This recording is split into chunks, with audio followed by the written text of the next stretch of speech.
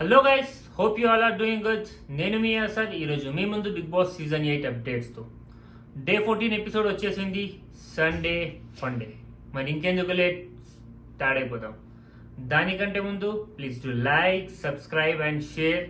మీరు like, subscribe and share చేస్తేనే నాకు మోటివేషన్ అండి. అండ్ నేను ఇంకా వీడియోస్ చేస్తాను.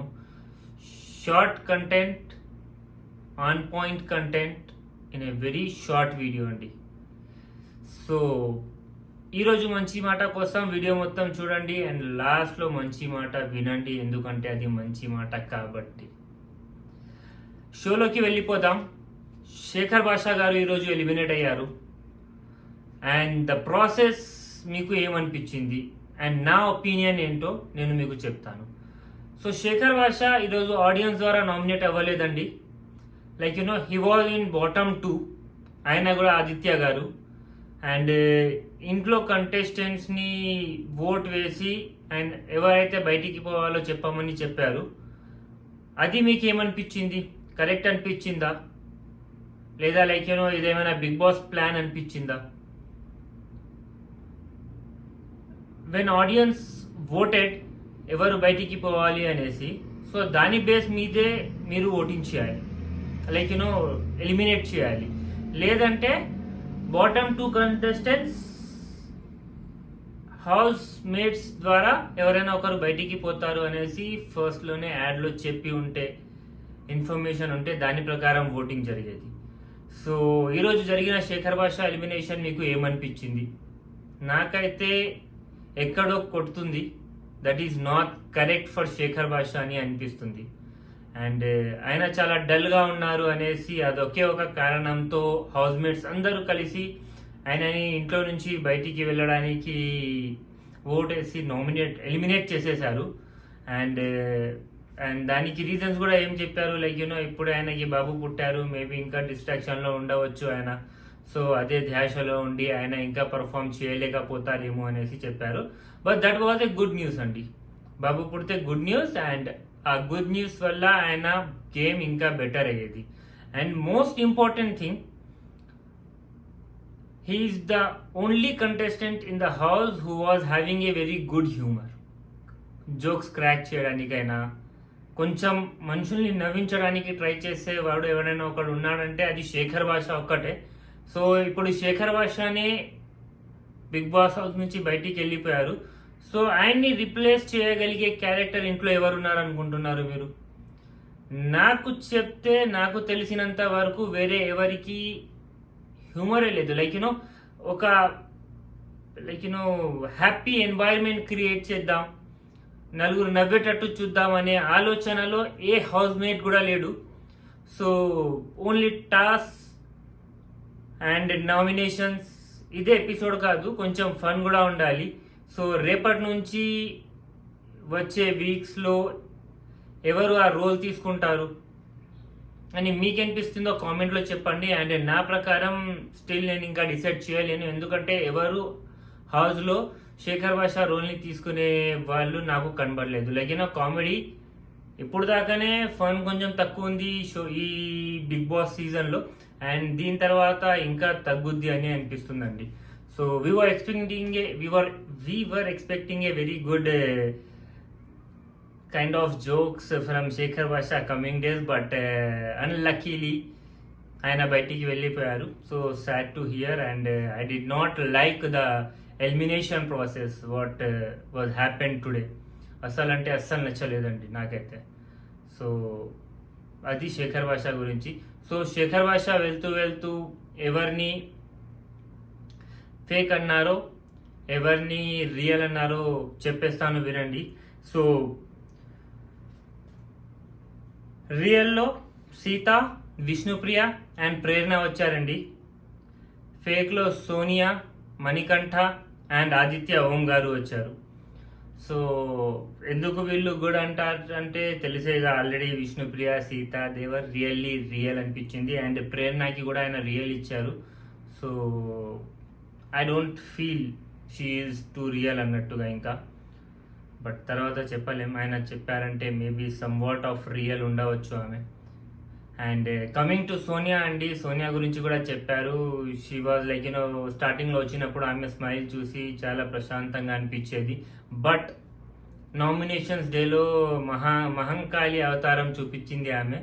సో అది నాకు నచ్చలేదు and I did not like that face of her అనేసి అన్నారు. అండ్ మణికంఠ అయితే వెరీ కంపోజ్డ్గా, క్యాల్కులేటెడ్గా ఎమోషన్స్ని క్యారీ చేస్తాడు.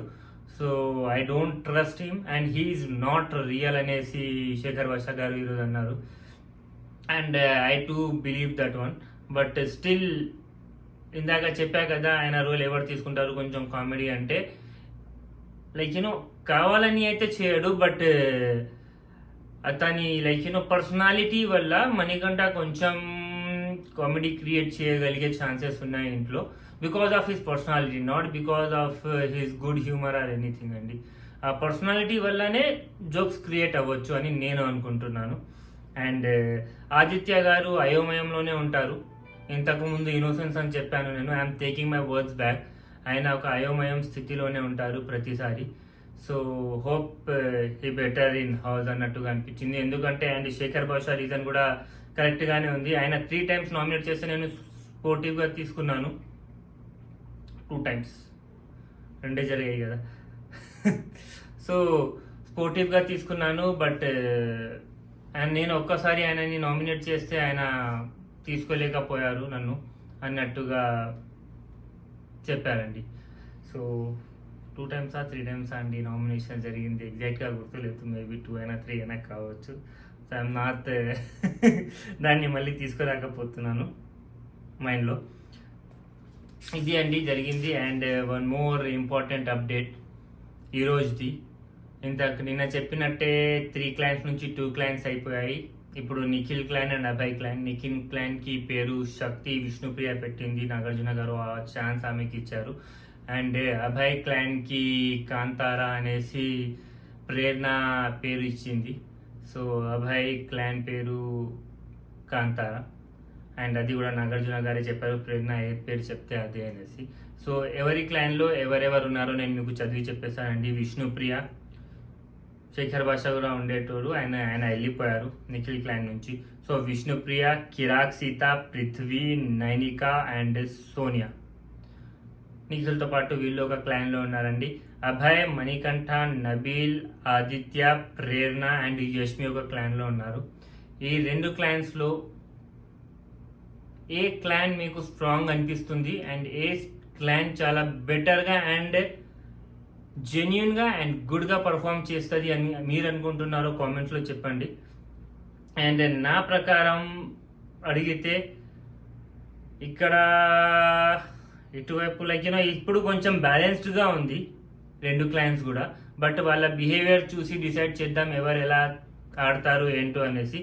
బట్ కరెంట్గా చూస్తే అభయ్ క్లాన్లో జెన్యున్గా అండ్ స్ట్రేట్గా ఆడేటోళ్ళు చాలామంది ఎక్కువగా ఉన్నారు.